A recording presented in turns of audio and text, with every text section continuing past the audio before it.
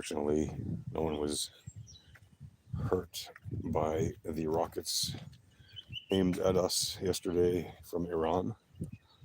However, well, nobody in Israel was hurt inside the Green Line. However, in the Palestinian areas near Jericho in a little village, one Palestinian man was killed by falling shrapnel from one of those Iranian missiles. And 5 of the Iranian soldiers who shot those things died when one of their ballistic missiles blew up on launch. So, kind of a backfired operation. Now, the reason I mentioned that entire debacle is because of the news coming out about oil prices. Oil is rising because of the Iran ballistic missile attack on Israel. Well, if you look at the VEPS chart, look at it on the 15-minute, for example, you will see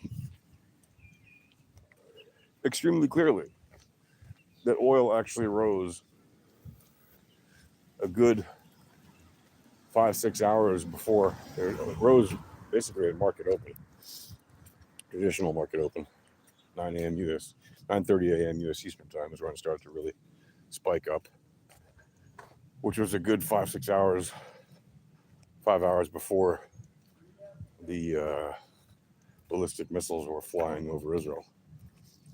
So actually, the spike on oil happened way before the Iranian attack was even announced to be imminent.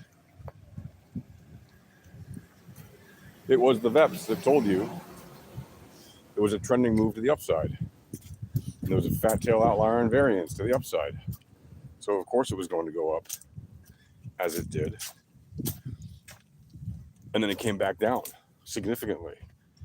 In fact, once the news was that the attacks were imminent, it was already falling and having hit a very nice target above, well above the central monthly range, which it rose through during that spike up.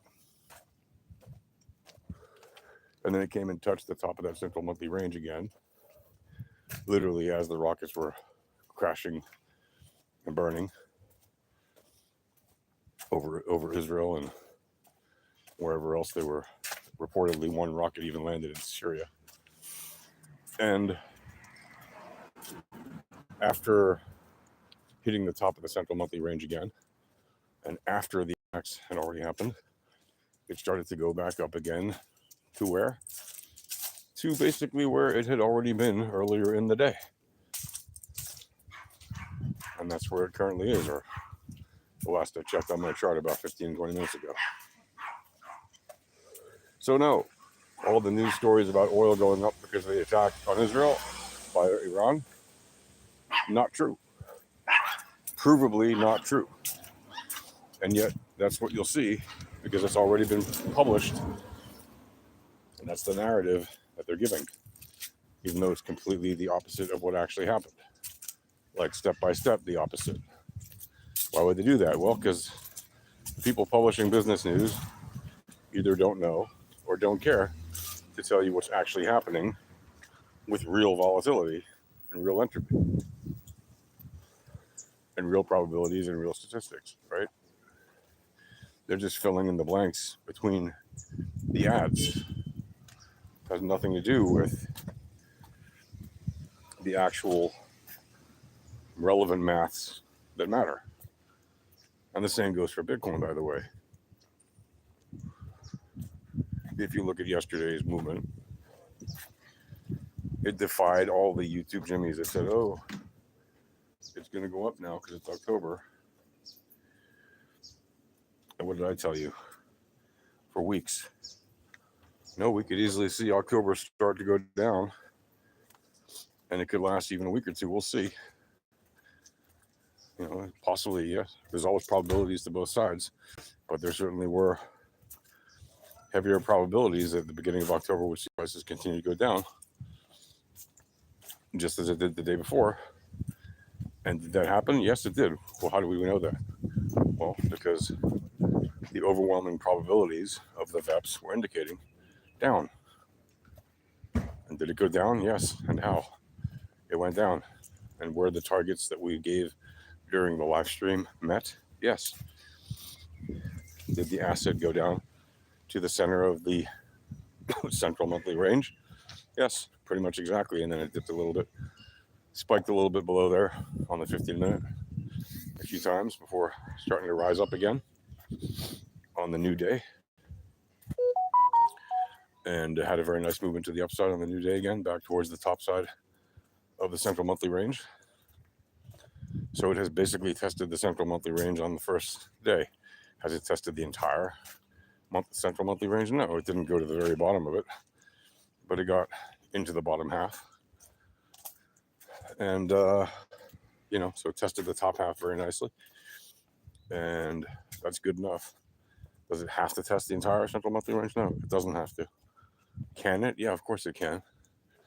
Are we likely to see a continuance of the drop? Well, so far today, the overall forecast on Bitcoin for the day is still slightly to the downside for now. But of course, it's a mixed bag. And if you work through the workflow going down the different time frames, you'll see it's quite a mixed bag all the way down the line. And it is likely to be, as it already has been, a good day for scalps on very low time frames like the 1 minute or the 3 minute or even the 6 minute, where there are plenty of occurrences of opportunity. And you'll see there's a lot of hills and valleys on the 1 minute and the 3 minute, and even the 6 minute, there's a bunch that are worthy of scalps. Now, that's all to say that basically the VEPS is your leading information. Right? If you're listening to the news or you're listening to YouTube Jimmy telling you, oh, it's October, price can only go up from here, and how many memes and stupid posts I've seen on X and other places claiming that October is going to be this super massive run to the upside, and how wrong they've been so far. And you'll notice none of them will tell you, oh, we were wrong about September. But I'll tell you they were wrong about September, because they all said September would be a down month. And I told you it may be the case, but it's also probable that it'll go up. And in fact, it ended up quite significantly to the upside. Right? There were some nice movements to the upside overall. So don't pay too much attention to, in fact, any attention to the news, because it's a bunch of hooey, and it doesn't make a day's worth of difference. It just doesn't. It's provably false information, the lagging indicators that we see, right? It's provably false.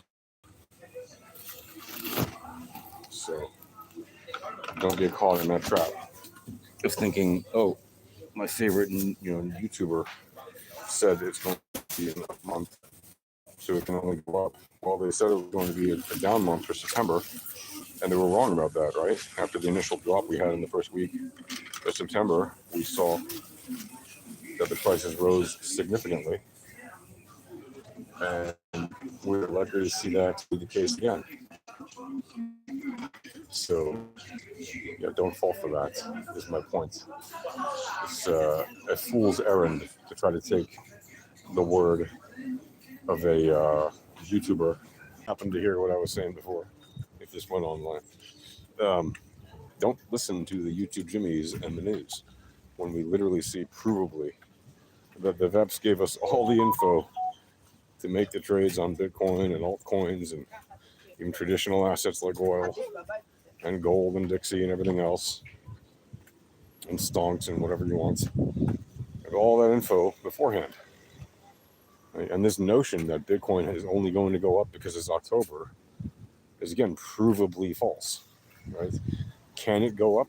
Is there a probability to the upside? Yes, there is. In fact, there's a probability of the upside, but it doesn't mean that it has to start right away. Right? It can go down for a week or two and then come back up. And we might end up with a somewhat upwards month. But I venture to guess that it will probably be not as massive of a month as people expect it to be for a number of different reasons. And those reasons are all the VEPs, right? Now, does that mean that it can't go up and have a massive month? No, it can still go up and have a massive month.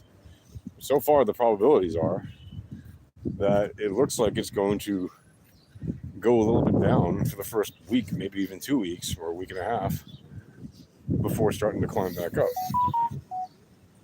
At which point, yes, it could make some nice moves to the upside. If it goes down into the mid 50s again, or even low 50s, it's not because of the price, it's because of the sell pressure. If it goes down there, you'll see there are some specific targets on the VEPs, on the monthly, right?